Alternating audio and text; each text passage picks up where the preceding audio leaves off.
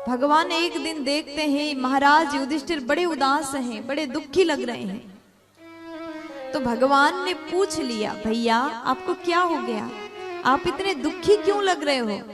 युधिष्ठिर जी कहते हैं कि प्रभु मेरे मन में बड़ा पीड़ा हो रहा है। किस लिए? महाभारत का जो युद्ध हुआ, इतना विशाल युद्ध में न जाने कितने लोग मारे गए। युद्ध के क्रम में हमसे कितनों का हत्या हुआ और हम ये सोच करके दुखी हो रहे हैं।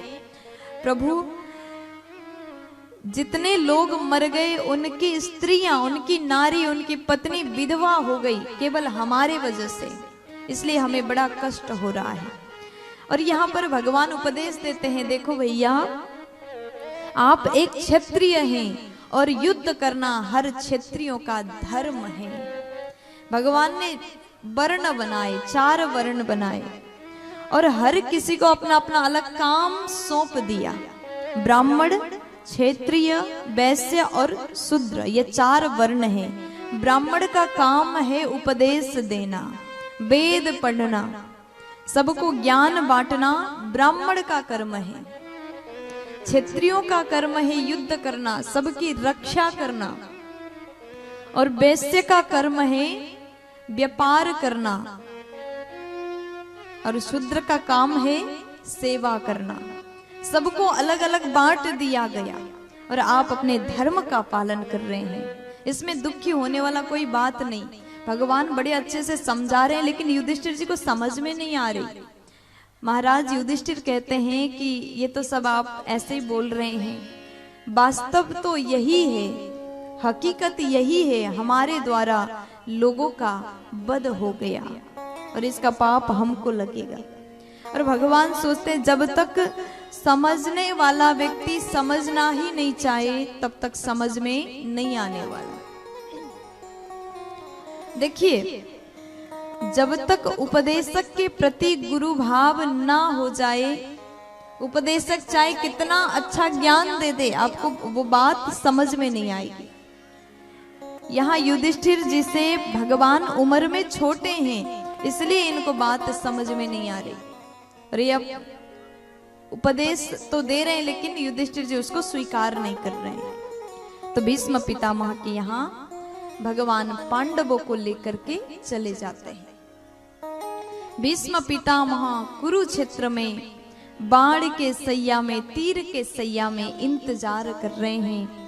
महाभारत के युद्ध के पश्चात उसी युद्ध भूमि में, उसी कुरुक्षेत्र में भीष्म पितामह प्रभु का इंतजार कर रहे हैं।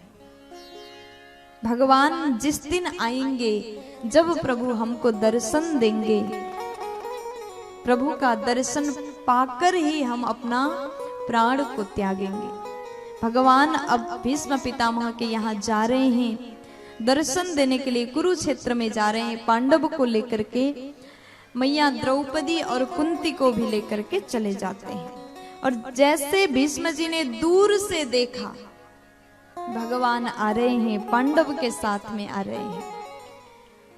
सर्वप्रथम अर्जुन पहुंचे, 5 पांडव पहुंचे, भीष्म पितामह को प्रणाम किया सभी ने। पितामह भीष्म लेटे लेटे आशीर्वाद देते हैं, क्योंकि वो उठ नहीं सकते हैं, शरीर से रक्त बह रहा है। अब तो शरीर में थोड़ा सा भी रक्त नहीं बचा, लेकिन वो इसलिए अभी तक जीवित हैं, उनको इच्छा मृत्यु का वरदान है। जब तक वो स्वेच्छा से मरना ना चाहे तब तक उनका मृत्यु नहीं हो सकता। प्यार से बोल दीजिए ना। तो आज जैसे अर्जुन को देखा, पितामह कहते हैं, अर्जुन तुम तो आ गए, लेकिन क्या तुम्हारा वो सारथी नहीं आया? अर्जुन कह रहे हैं कि वो आ रहे हैं, पीछे से आ रहे हैं। उसके बाद में 5 पांडव ने प्रणाम किया, भगवान आए, खड़े हो गए। भीष्म जी ने जैसे प्रभु को देखा अत्यंत हर्षित हुए और अपने आप को परम सौभाग्यशाली पितामह मान रहे हैं। वो व्यक्ति धन्य का अत्यंत भाग्यशाली है जिसके अंतिम पल में भगवत दर्शन हो जाए। भगवान ने खड़े होकर के दर्शन दिया।